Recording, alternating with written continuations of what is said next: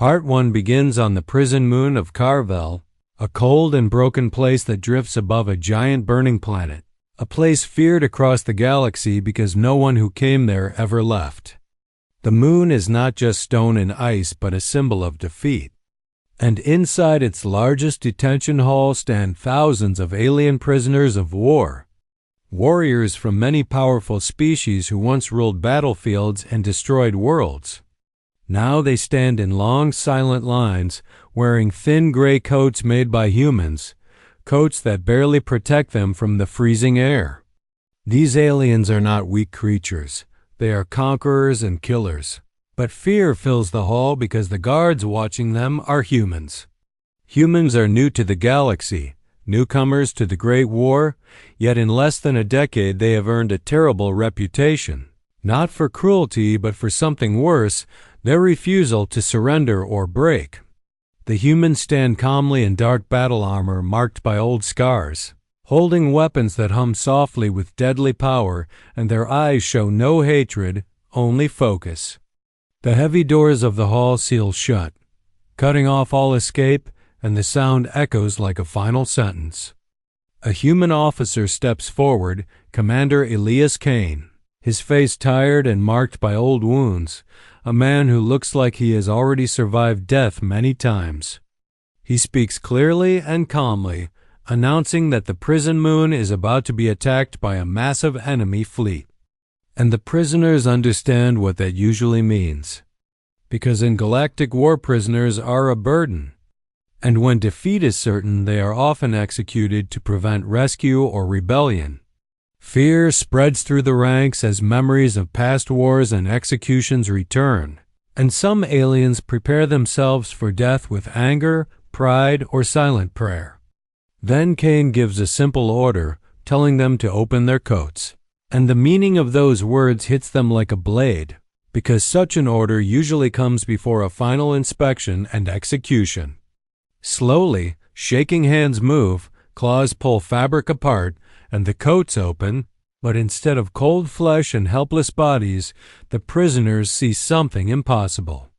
Inside each coat is human combat armor, strong chest plates, energy packs, survival gear, heat layers, even weapons fitted for alien hands.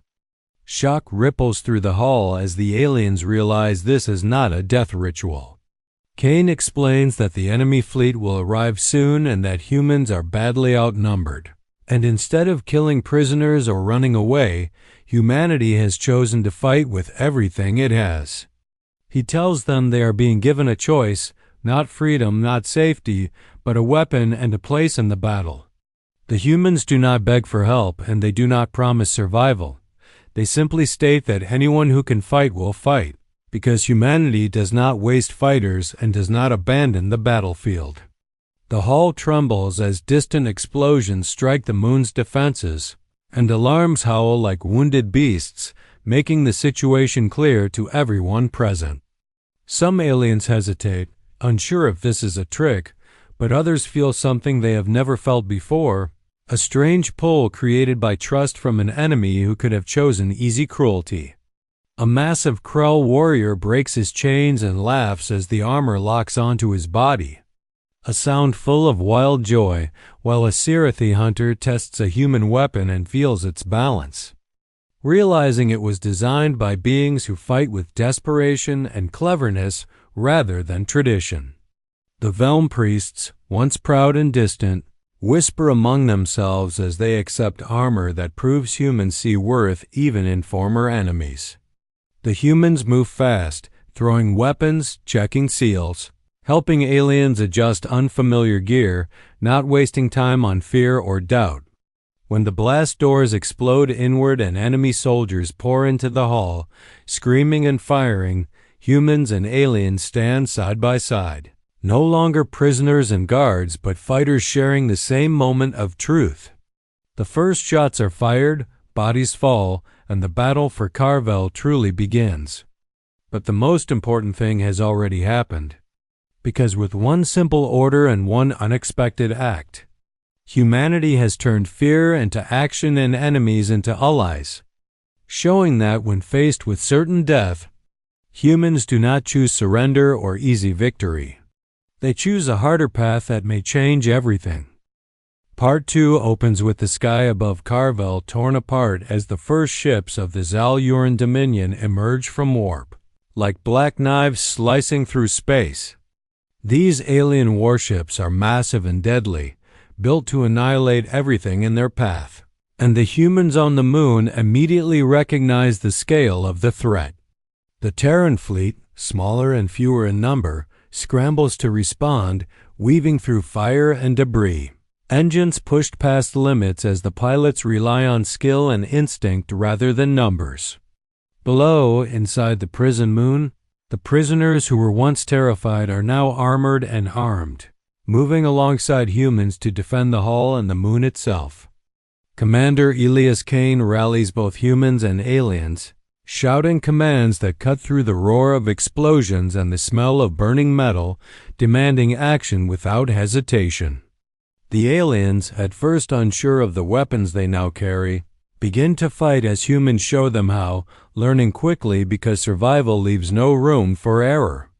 The Krell warriors wield energy rifles with precision, their strength enhanced by human armor, tearing through Zaluran shock troops that land in waves. Sirathi hunters dart through hallways, fast and deadly, striking with claws and rifles in perfect combination, while Velm priests use strategy and careful observation, setting traps and guiding human squads through the maze-like corridors of the prison moon. The air inside the hall becomes thick with smoke, heat, and the stench of ozone from weapons discharges, yet the humans remain calm, moving like trained storms, prioritizing action over fear. Outside, the battle in orbit rages with terrifying intensity.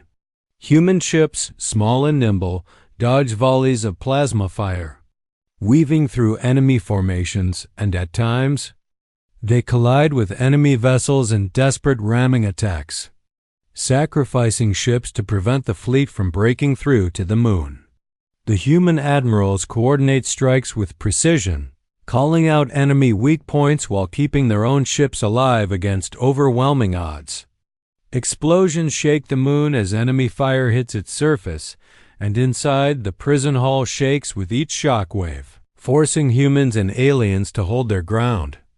Injuries mount, but the wounded are quickly assisted by medics who move fearlessly through the battlefield, demonstrating that no one is left behind.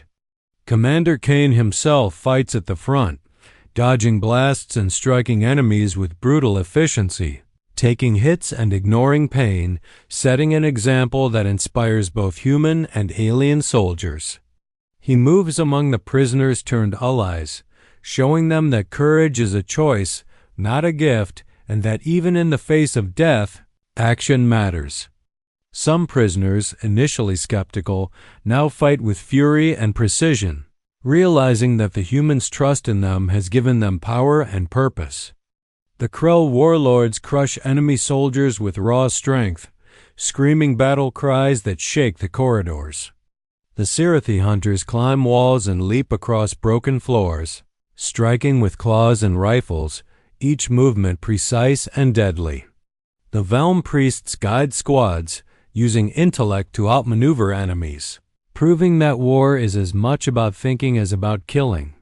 Outside, the Terran fleet continues its daring maneuvers. Smaller ships dodging massive enemy cruisers, human pilots using ingenuity to exploit weaknesses in alien designs. They fire missiles into reactor cores, jam weapon systems, and sometimes collide intentionally with enemy carriers. A move that shocks the galaxy and terrifies the Dominion forces, who have never seen such reckless but effective courage. Back inside, the prison hall is filled with chaos, fire, and smoke, yet humans and former prisoners fight in unison. Some aliens fall, some humans are wounded, but each step forward is a step toward survival. Commander Kane sees the danger around every corner, coordinating attacks and inspiring soldiers with his presence, refusing to retreat even as waves of enemy soldiers assault them. Explosions tear walls apart and corridors collapse, forcing soldiers to adapt instantly, using debris as cover and making traps with broken weapons and metal fragments. The humans' discipline and calm under fire teach the aliens how to fight efficiently, and soon, the distinction between prisoner and guard disappears as they all move as one force. Hours pass in this chaos, every moment filled with life or death decisions, yet humanity's determination does not falter. The enemy fleet, despite its size and firepower, begins to slow as human ingenuity and unyielding courage turn the tide, striking at weak points and exploiting overconfidence. Inside the hall, every gunshot, every fallen soldier, every tactical move becomes part of a larger strategy, guided by Kane and his lieutenants. The aliens, once enemies of humanity, now embrace their new role, fighting not because they are loyal, but because humans have shown them that survival is possible through courage, coordination, and adaptability. As the battle continues, Carvel itself begins to crack under bombardment, fissures opening in the frozen surface, forcing soldiers to move quickly and rethink tactics. Oxygen leaks, alarms blare, yet humans push forward, leading the aliens and demonstrating that fear is not a chain but a challenge to overcome. Commander Kane, bleeding and exhausted, continues to lead from the front, showing no hesitation, embodying the human ideal that action defines the outcome, not despair. By the end of the battle, the enemy fleet is stopped, backed by a combination of human ingenuity, bravery, and the unexpected cooperation of alien prisoners now turned fighters. Survivors gather among the ruins of the hull, both human and alien, looking around at the devastation, knowing the victory came at great cost.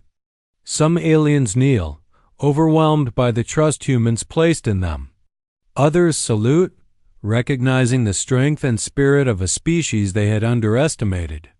Human soldiers stand among them, tired, wounded, yet unbroken, showing that even when outnumbered and facing overwhelming odds, humanity does not surrender, does not falter, and does not waste the lives of those who can fight. Commander Kane's voice finally breaks the silence, simple and tired, announcing the victory and offering a form of freedom to those who fought alongside them. There is no celebration, only the quiet understanding that this moment has changed everything. The humans have proven that courage, ingenuity, and an unyielding spirit can turn even prisoners into allies and overwhelming odds into a chance to survive and win. And as the dust settles, both humans and aliens understand that this battle was not just about Carvel, not just about survival, but about showing that a species willing to fight together, trust each other, and refuse to break can face the impossible and emerge victorious. The galaxy will remember this lesson, as every act of bravery inside the prison hall and across the orbiting battlefield demonstrates that humanity, when cornered and outnumbered, transforms fear into action and despair into triumph, creating a story that will inspire all who hear it for generations to come. Part 3 begins with the aftermath of the battle for Carvel, 6 months after the decisive fight that had changed the course of the war and shocked the galaxy. The Zal-Uran Dominion, once feared across multiple star systems, had been forced to surrender not just because of superior numbers or firepower, but because they had never faced a species that refused to stop, refused to yield, and refused to surrender even when everything seemed lost. Humans had proven that courage, ingenuity, and sheer determination could turn hopeless situations into victories, and the galaxy began to take notice. News of the prison moon, once a place of despair, became legendary because it showed that humans could take enemies and turn them into allies through trust and action, even in the middle of battle.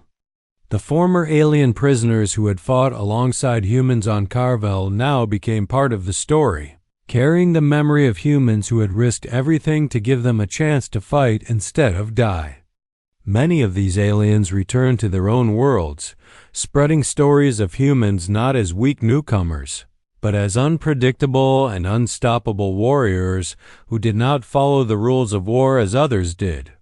The galaxy itself began to change because humans refused to play by old expectations, showing that a species could survive and even thrive through courage, moral choice, and relentless determination. Commander Elias Kane, who had led the defense of Carvel, had not lived to see the final surrender of the Zaluran. He died weeks after the battle, holding a critical defensive line to ensure the evacuation of civilians and the safety of his crew, performing an act that was both ordinary and extraordinary for a human ordinary because sacrifice was expected. Extraordinary because it inspired everyone who witnessed it. Kane's death became a symbol of what humanity stood for, a species willing to risk everything. Not for glory, not for conquest, but for survival, for trust, and for the lives of those who could fight beside them. On Carvel, the site of the greatest stand, humans and aliens together built a memorial, a monument to the courage and cooperation that had saved countless lives. The statue depicted a human soldier opening a coat, inside it human armor, representing not just the physical protection humans offered, but the trust and hope they gave to those who were once enemies. Inscribed on the plaque were the words, "The order was simple. Open your coats." What followed changed the galaxy forever. This phrase became a symbol across human and alien worlds, a reminder that action, trust, and courage could redefine the outcome of even the deadliest battles. After the victory, humanity's reputation in the galaxy shifted dramatically. Other species that had previously dismissed humans as weak or unskilled now regarded them with caution and respect. Human fleets were studied, their tactics copied, their behavior analyzed, yet many never fully understood the core of human strength, which was not just in weapons or ships, but in the will to act, to adapt, and to fight without fear of impossible odds. The former prisoners who had fought on Carvel became ambassadors of this lesson, showing that humans did not simply crush enemies, they offered them a choice, and that choice often became the key to survival. Across the stars, galactic councils amended laws and strategies, acknowledging that underestimating humans could lead to total defeat. Enemy forces who had once relied on overwhelming numbers found themselves unprepared for the adaptability, ingenuity, and courage humans displayed consistently, and even those who survived the war carried deep respect and fear for a species that refused to yield. On Earth and within the Terran Federation, the story of Carvel became a defining moment, taught to young soldiers as the example of human resilience, strategy, and moral choice in war. Humans celebrated their victories not in arrogance, but in the acknowledgement of sacrifice and the lives saved through courage. The aliens who had fought alongside humans often spoke of the humans' discipline, their ability to inspire loyalty, and the strange way humans could turn fear into action and despair into opportunity. Many of these aliens returned to their homelands and shared stories of humans who gave them armor when they expected death, who trusted them when trust was dangerous, and who led from the front even when bleeding and tired. Humanity's approach to war became legendary. Across the galaxy, officers and soldiers of all species began to recognize that humans valued life and courage in ways unfamiliar to traditional war cultures. They fought not for dominance alone, but because humanity understood that survival often required choices that others were too rigid to make. The galaxy learned that humans did not surrender, they adapted. They did not falter, they advanced. They did not abandon the weak, they lifted them to fight. This reputation spread faster than fleets could travel, affecting alliances, negotiations, and even enemy strategies, creating a new era where humans were never ignored and never underestimated. Carvel itself became a place of pilgrimage, where aliens and humans alike visited to remember those who had fought and died, a frozen world now alive in memory and honor. The former prisoners, once bound in fear, carried the lesson with them that trust and courage could change the outcome of even the most desperate moments. Human soldiers continued to train and prepare for new wars, carrying the story of Carvel with them, knowing that battles would come again, and that the choices made in moments of fear defined the survival of not just individuals, but entire civilizations.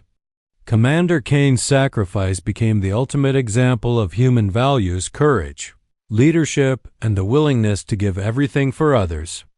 His story and the story of the battle itself was told and retold, becoming a symbol of human strength and spirit across generations. Across the galaxy, even the most hardened enemies came to realize that humans were unpredictable and unstoppable, not because of technology alone, but because of their resilience, their moral clarity, and their refusal to break. Battles were no longer simply fought with weapons, but with determination, strategy, and the unyielding courage that humans displayed even when facing impossible odds. In the end, the story of Carvel, of humans opening coats to give enemies a choice, became more than a battle. It became a defining moment of humanity itself, showing the galaxy that when humans faced death, they did not prepare to die, they prepared to win. The galaxy remembered this lesson forever, and humans, true to their nature, continued forward, fighting, adapting, and surviving, leaving a legacy of courage, hope, and indomitable spirit that would echo across the stars for generations.